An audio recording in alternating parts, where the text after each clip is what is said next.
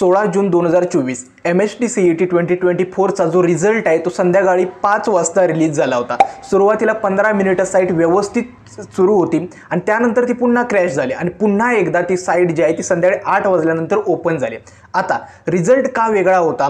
खरं तर आम्ही जेवढी काही प्रेडिक्शन्स केली होती की यावर्षी इतक्या शिफ्ट्स डिफिकल्ट होत्या, इतक्या इझी होत्या, इतक्या मॉडरेट होत्या, इतक्या मार्क्सवर इतकं पर्सेंटेज या शिफ्टमध्ये मिळू शकतं, ती सगळीच्या सगळी अनएक्सपेक्टेड होती। म्हणजेच काय झालं असं की दोन सिच्युएशन झाल्या होत्या, त्यामुळे या रिझल्टमध्ये स्कॅम झाला हे नक्कीच होतं। पहिली सिच्युएशन काय झाली होती, एका मुलाने संध्याकाळी 5 वाजता जसा रिझल्ट डिक्लेअर झाला त्यावेळी चेक केलं होतं। ज्या रिझल्ट त्यांचा सुरुवातीला चेक केला त्याच्यामध्ये त्याला 76% पर्सेंटाईल मिळाले होते आणि ज्यावेळी पुन्हा एकदा रिझल्ट संध्याकाळी 9 वाजता चेक केला त्यावेळी स्कोर कार्ड चेंज झालं होतं, पर्सेंटाईल होते फक्त 34%। ठीक आहे, ही पहिली गोष्ट।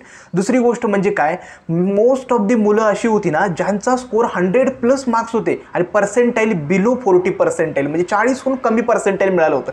हे कसं काय शक्य असू शकतं? म्हणजे आपल्याला काय वाटतं की 100+ मार्क्स जर मिळाले तर 100+ मार्क्ससाठी ॲटलिस्ट एक चांगलं पर्सेंटाईल तरी मिळेल, परंतु हे लास्ट इयर बहुतांश शिफ्ट अशा होत्या ज्याच्यामध्ये हे सिनेरिओ फॉलो झाला नव्हता। मग या दोन सिच्युएशन्स अशा होत्या ज्याच्यामुळे CET सेलच्या रिझल्ट वरती सगळ्या पालकांनी आक्षेप घेतला आणि पुढचे 25 दिवस स्टार्ट झालं की CET सेलचा रिझल्टमध्ये काहीतरी गोळ आहे। आता पुढचे 25 दिवस CET सेलने काही ॲक्शन घेतलं नाही। लिटरली महाराष्ट्रातून कितीतरी पालक मुंबईच्या CET सेलच्या ऑफिसमध्ये फेरफटका मारत होते की आपला रिझल्ट चेंज होईल, त्यांना समजावून सांगत होते की आमच्याकडे इतके मार्क्स मिळाले आहेत, मग आम्हाला पर्सेंटेज इतकं कमी कसं मिळू शकतं, परंतु ॲट द एंड CET सेलनं काही ऐकून घेतलं नाही। जसा रिझल्ट होता ॲज इट इज सगळ्या पालकांना सांगितलं की तुम्ही तोच रिझल्ट ॲक्सेप्ट करायचा आहे आणि नाईलाजाने पालकांना सुद्धा तोच रिझल्ट ॲक्सेप्ट करावा लागला आणि पुढची कॅप प्रोसेस आहे त्याच्यामध्ये एनरोल करावं लागलं। म्हणजे तुम्ही विचार करा, आपली 11वी 12वी त्यानंतर तुम्ही ड्रॉप जर घेतला असेल तर तो, आणि त्याच्यानंतर हे जे CET पर्यंतचे 2 ते 3 महिने इतका वेळ तुम्ही एका एक्झामसाठी प्रिपेअर केलेले असते, 3 तासामध्ये तुमचं इव्हॅल्युएशन होणार असतं आणि तुम्हाला समजतं का मार्क चांगले होते परंतु पर्सेंटाईल अनप्रेडिक्टेबल म्हणजे अनएक्सपेक्टेड होते। अशी सिच्युएशन लास्ट इयर झाली होती। तर खरं सगळ्यांना नमस्कार। आजचा जो व्हिडिओ आहे ना तो मी 2 सिच्युएशन्सवरती बनवला आहे। एक म्हणजे काय,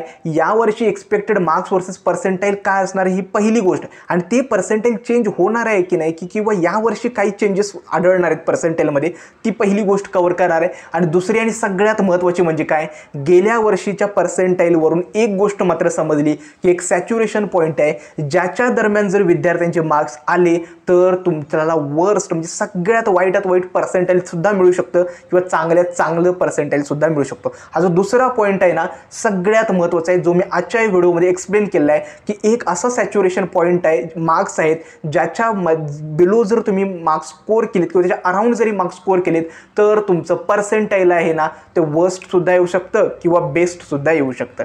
ठीक आहे, सो आजच्या व्हिडिओमध्ये या 2 गोष्टी एक्सप्लेन करणार आहेत। आता तुम्हाला काय करायचं आहे, 2 गोष्टी पुन्हा एकदा करायच्या आहेत। पहिलं म्हणजे काय, या चॅनलला सबस्क्राईब करायचं आहे, कारण का तुमचं ॲडमिशन होईपर्यंत पूर्ण कॅप राऊंड प्रोसेस मी या चॅनलवरती कव्हर करतो। कारण का सगळ्या कॅप राऊंडमध्ये जेवढे काही व्हिडिओज असतील ना, जवळजवळ मी 50 ते 60 व्हिडिओज त्या पूर्ण कॅप राऊंडच्या प्रोसेस दरम्यान अपलोड करत असतो, त्यामुळे तुमची पूर्ण कॅप राऊंडची प्रोसेस आहेत ना स्मूथली तुमचं ॲडमिशन प्रोसेस होईल। ठीक आहे, त्यामुळे चॅनलला सबस्क्राईब करा। आणि दुसरी गोष्ट, डिस्क्रिप्शन बॉक्समध्ये व्हॉट्सॲप ग्रुप आणि ॲपची लिंक सुद्धा दिलेली आहे, त्याच्यावरती जॉईन व्हा, कारण का जेवढा काही फ्रीचा कंटेंट वगैरे आमच्याकडे असेल ना तो आम्ही त्या ग्रुपवरती शेअर करत असतो। तर सुरुवात करूया आजच्या या नवीन व्हिडिओला।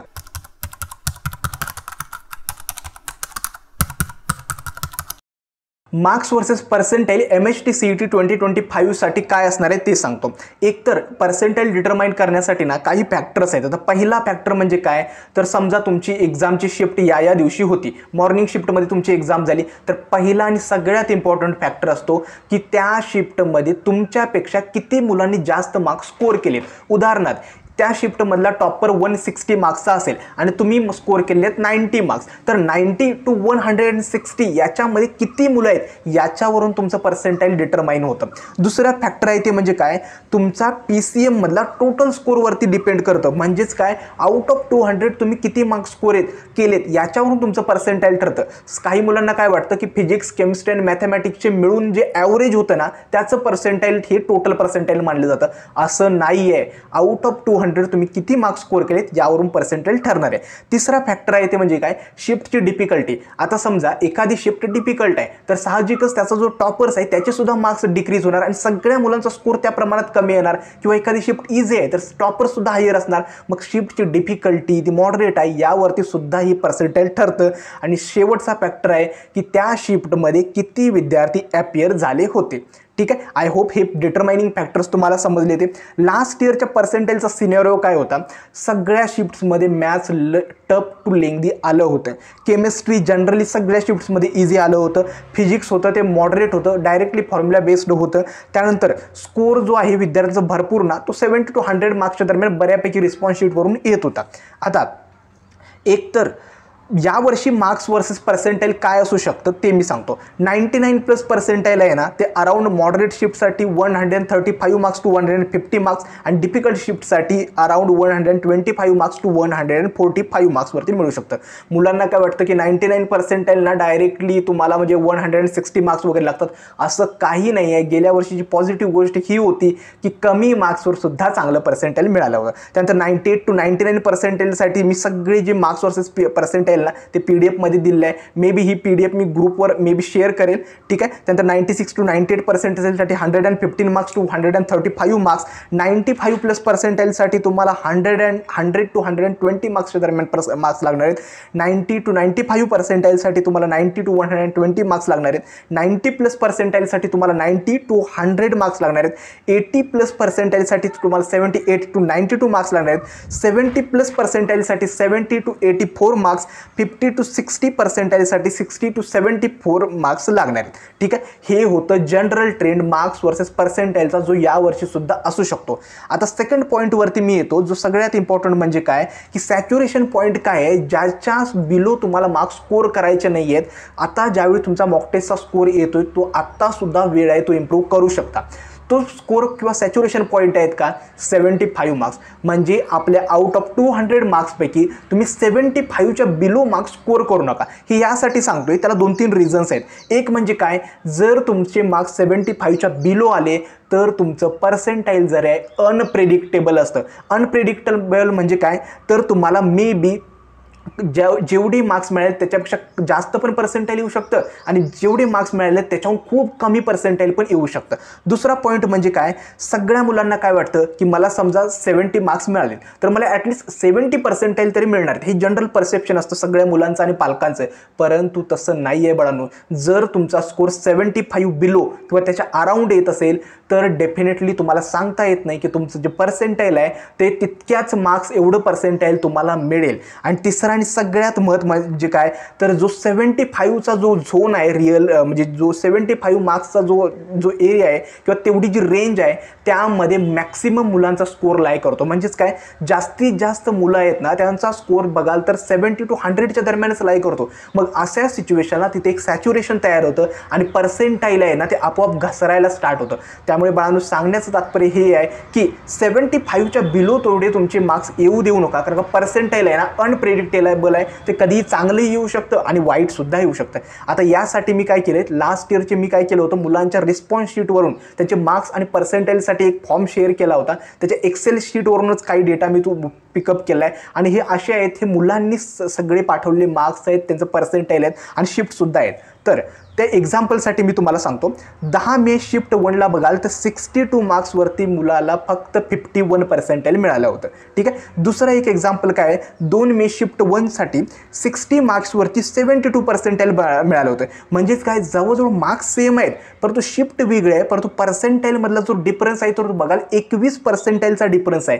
केवढा मोठा डिफरन्स आहे फक्त 2 मार्क्ससाठी, आणि हे थोडं अनप्रेडिक्टेबल असतं. त्याच्यानंतर 76 मार्क्सवरती मुलाला 63 पर्सेंटाईल मिळाले आहेत. ठीक आहे, नंतर 10th मे शिफ्ट 2चं जर बघाल तर 65 मार्क्सवरती फक्त 36 पर्सेंटाईल मिळाले आहेत. आणि 15th मे शिफ्ट 2साठी जर बघाल तर 75 मार्क्सवरती 83 पर्सेंटाईल मिळाले आहेत. म्हणजेच काय, पर्सेंटाईल तुमच्या मार्क्सवरून कमी पण येऊ शकतं आणि जास्त पण येऊ शकतं. या रेंजमध्ये जर तुम्ही मार्क्स स्कोर केलेत, सांगण्याचा बाळांनो उद्देश हाच आहे की जेवढं शक्य असेल तेवढा तुमचा स्कोर जो आहे ना तो इम्प्रूव्ह करा, कारण का खूप गरजेचं आहे. आता एकतर ही गोष्ट तुम्ही डोक्यातून काढून टाका की मी 75+ स्कोर केले म्हणजे माझा कम्फर्ट झोन आहे किंवा तो एक बेस्ट स्कोर आहे, सेफ स्कोर आहे, असं पण नाही आहे. भरपूर मुलांचे जर बघितलेत ना 78 मार्क्सवरती पण काही मुलांना 44% असे मिळाले आहेत.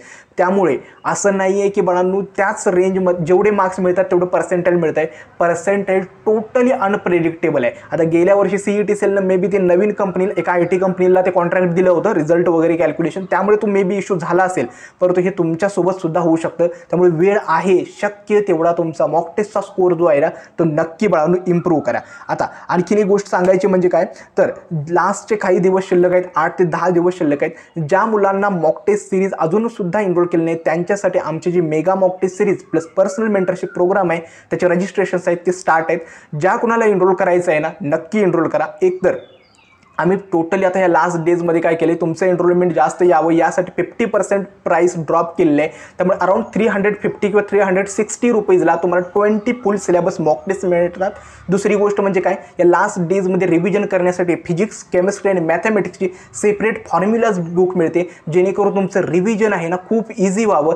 तिसरं आहे ते म्हणजे काय, टॉपरचे नोट्स मिळतात जेणेकरून तुमच्या रिव्हिजनसाठी खूप हेल्पफुल होतील. आणि सगळ्यात महत्त्वाचं तुम्हाला 20 टेस्ट तुम्हाला इन्स्टंटली रिझल्ट कळतो, तुम्ही टेस्ट कधीही अटेम्प्ट करू शकता आणि प्रत्येक क्वेश्चनचं डिटेलमध्ये सोल्युशनसुद्धा मिळतं. आणि सगळ्यात इम्पॉर्टंट गोष्ट काय तर पर्सनल मेंटरशिप. जर तुम्हाला वाटलं की तुमचा स्कोर इम्प्रूव्ह होत नाही, मॉक टेस्ट ॲनालिसिस व्यवस्थित होत नाही किंवा काही इश्यू येतोय तर तुम्ही डायरेक्टली माझ्याशी कॉन्टॅक्ट करू शकता किंवा तुम्हाला जो पर्सनल मेंटर दिलेला असतो त्याच्याशी तुम्ही डायरेक्टली बोलू शकता. त्यामुळे ज्या मुलांना एनरोल करायचं आहे mega mock test series plus personal मेंटरशिपमध्ये डिस्क्रिप्शन बॉक्समध्ये ॲपची लिंक दिली आहे, ॲप डाउनलोड करून त्याच्यामध्ये नक्की तुम्ही एनरोल करा. कारण का तुमच्या स्कोरवरून तुम्हाला एक बेस्ट स्कोरपर्यंत पोहोचवण्यासाठी या टेस्ट सिरीज प्लस मॉक टेस्टचा नक्की तुम्हाला बेनिफिट होऊ शकतो. त्यामुळे नक्की एनरोल करा. आय होप तुम्हाला आजचा हा व्हिडिओ समजला असेल. आणखीन एकदा सांगतो की 75ची रेंज ही काही पूर्ण आयडियल नाही आहे. तुम्हाला तुमचं पर्सेंटाईल आहे ना बाळांनो खूप फॅक्टर्सवरती डिपेंड करतं, त्यामुळे ते अनप्रेडिक्टेबल आहे. आपण फक्त एक रेंज पकडली आहे की तो सॅच्युरेशन पॉईंट आहे, त्याच्या दरम्यान जर तुमचे मार्क्स येत असेल तर पर्सेंटाईल आहे ते अनप्रेडिक्टेबल असणार आहे. आय होप तुम्हाला समजले असेल. मात्र घाबरून जाऊ नका, कमी मार्क्सवर सुद्धा खूप चांगलं पर्सेंटाईल मिळतं. खूप चांगली उदाहरणं आहेत ज्यांच्यामध्ये कमी मार्क्सवरती कितीतरी चांगलं पर्सेंटाईल लास्ट इयर मिळालं आहे